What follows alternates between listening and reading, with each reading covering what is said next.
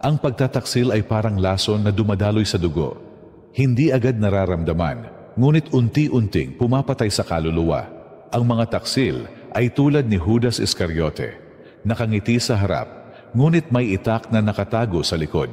Sa kanilang bibig ay matatamis na pangako, ngunit ang dulo ay kapahamakan. Ang pagtataksil ay hindi maliit na kasalanan.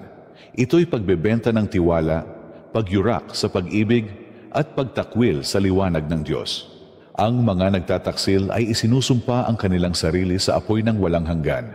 Sapagkat tulad ng lubid na binitin kay Judas, ang pagtataksil ay siyang lubid na magbabalot sa kanilang leeg sa araw ng paghuhukom.